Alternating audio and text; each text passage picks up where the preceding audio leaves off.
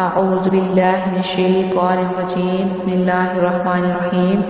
السلام علیکم ناظرین، میں ہوں عائشہ صدیقہ اور اسلامک ٹیچر کی جانب سے حاضر ہوئی ہوں ایک نئی ویڈیو کے ساتھ۔ تمام تعریفیں اللہ تعالیٰ کے لیے ہیں جس کے ہاتھ میں بادشاہی ہے آسمانوں اور زمینوں کی، جس کو چاہتا ہے نواز دیتا ہے، اس کے خزانوں میں کوئی کمی نہیں ہے۔ اگر رزق کی تنگی کی وجہ سے آپ بہت زیادہ مشکلات کا شکار ہیں اور آئے دن مسئلے مسائل کا سامنا رہتا ہے اور آپ چاہتے ہیں کہ آپ کے رزق کے جو دروازے ہیں وہ کھل جائیں، چند دن میں اتنی زیادہ دولت ہو جائے کہ رکھنے کی جگہ نہ ہو، تو آپ نے اس وظیفے کی پابندی کرنی ہے جو میں آپ کو بتاؤں گی۔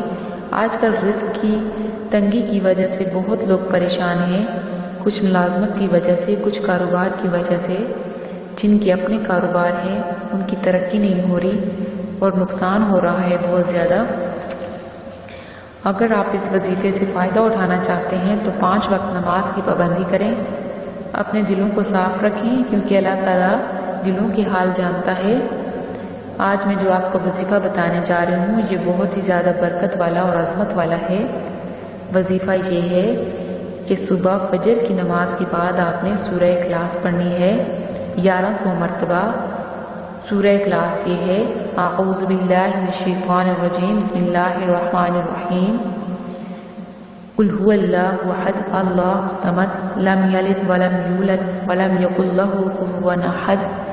1100 مرتبہ آپ نے سورہ اخلاص پڑھنی ہے۔ اول و آخر آپ نے 11 مرتبہ درود شریف پڑھنا ہے، درود ابراہیمی۔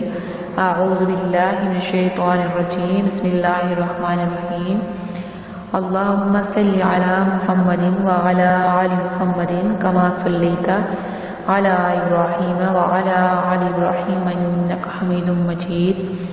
اللہم بارک علی محمد وعلی آل محمد کما بارکت علی ابراہیم وعلی آل ابراہیم انک حمید مجید۔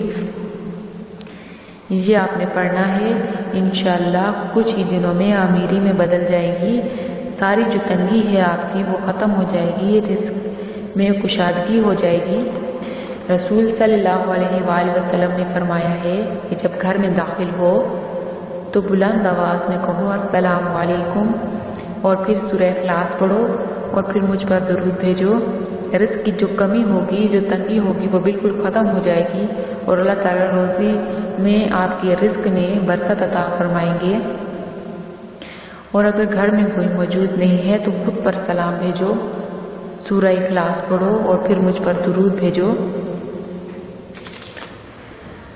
ہمارے نبی صلی اللہ علیہ وسلم نے جو بیان کر دیا وہ ہمارے لیے بہتری کا ذریعہ ہے، اس لیے اگر آپ دولت مند اور امیر ہونا چاہتے ہیں، خوشحال زندگی گزارنا چاہتے ہیں تو اس وظیفے کو پورے یقین کے ساتھ کریں اور اپنی زندگی خوشحال طریقے سے گزاریں۔ ہو سکے تو اللہ تعالیٰ کے دیے ہوئے رزق میں سے دوسروں کو بھی آپ دیں۔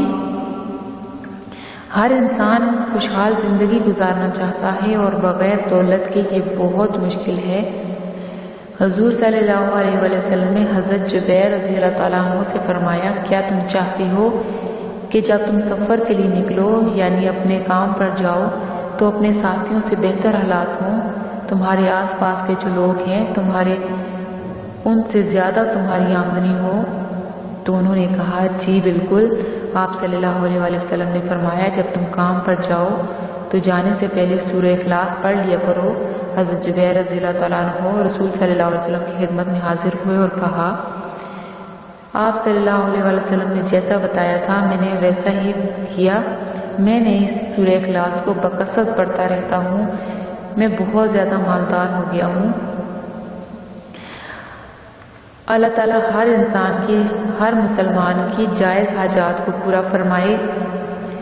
میں آپ سے گزارش کرنا چاہوں گی کہ آپ نے اس کو وظیفے کو سچے دل سے کرنا ہے کیونکہ ہمارے نبی صلی اللہ علیہ وسلم کی بتائی ہوئی بات کبھی بھی غلط نہیں ہوتی، ہمیشہ جو ہے وہ ہمارے لیے بہتری کا ذریعہ ہوتی ہے۔